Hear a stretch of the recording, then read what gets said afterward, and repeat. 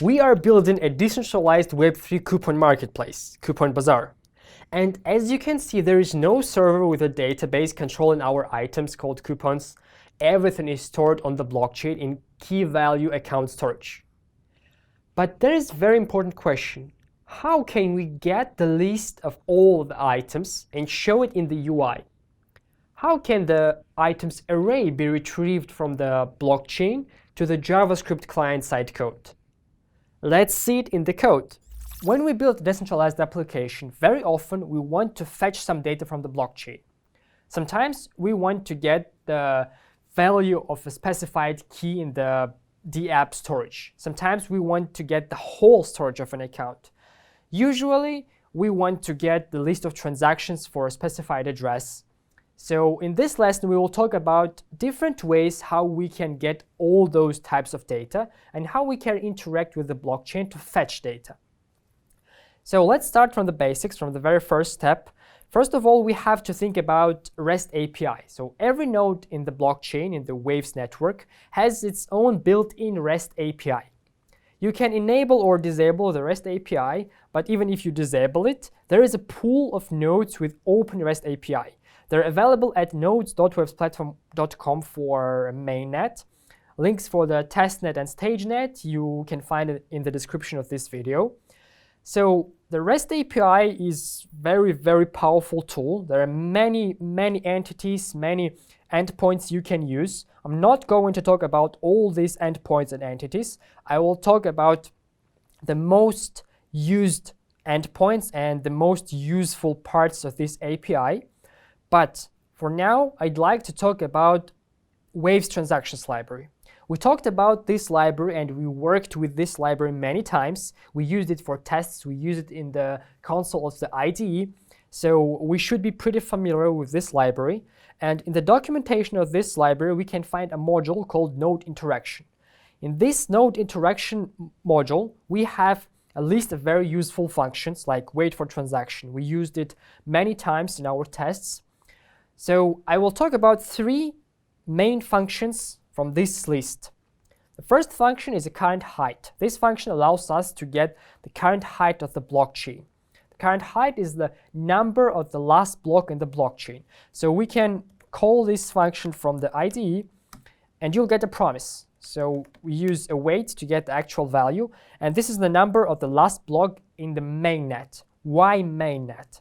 Because we have settings in the online IDE, the global settings, and I choose mainnet URL here. So it uses the mainnet pool of the nodes. If you want to interact with other networks or with your own node, for example, then you can specify it in the settings. If you use these functions from the node interaction model not in the IDE, but in your code, then usually you have to specify the node URL. So you have to specify as an argument of the function. The next function I'd like to talk about is an account data. This function allows us to get the whole storage of an account, all the key value pairs for a specified address, for a specified account. So let's use this function. Here we have an account data function, and account data, there is one argument in our case, only address, because I'm not going to set the node URL. It will take from the global settings. So let's call this function with await again. And here is a list of key value pairs. Actually, it's a JavaScript object. We have keys and values. Values are objects as well. So here we have key, value type, and value. So this is how JavaScript shows the whole storage of a specified account. There is another method, the very important method, because usually we want to get not the whole storage, but the value for one specified key.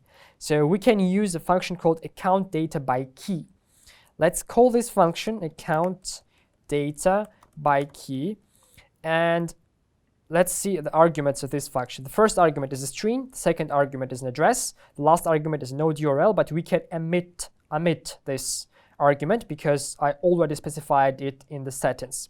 So let's call this function with some key, with address of the account as a second argument. So let's call it, and we'll get a promise again. So let's use await, and we have an object with actual value. We have key, value type, and value. Looks like it works. Great, but very often we have to get the value not for a one key, but for a list of keys.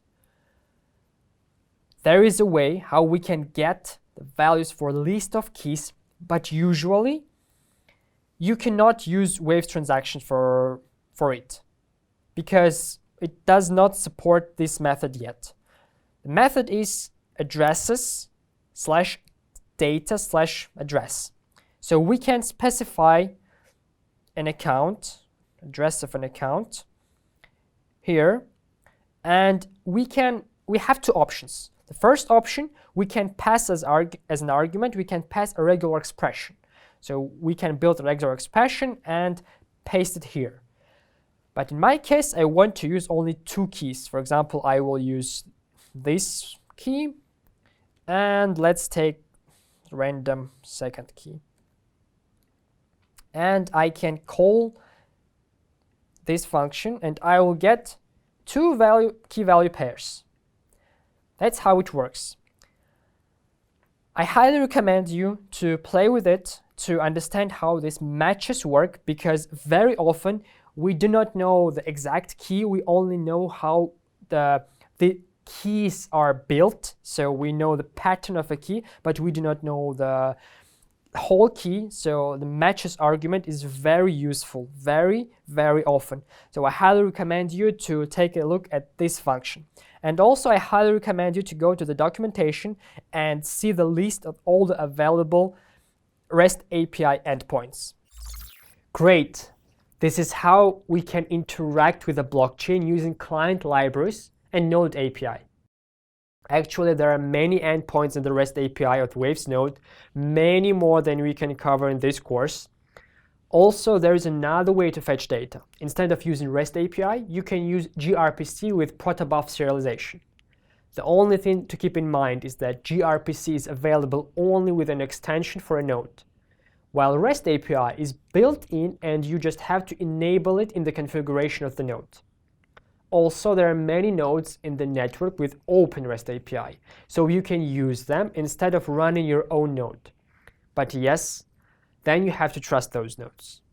Now, let's move on. Our next step will be implementing Waves Keeper as a gateway for the Waves blockchain.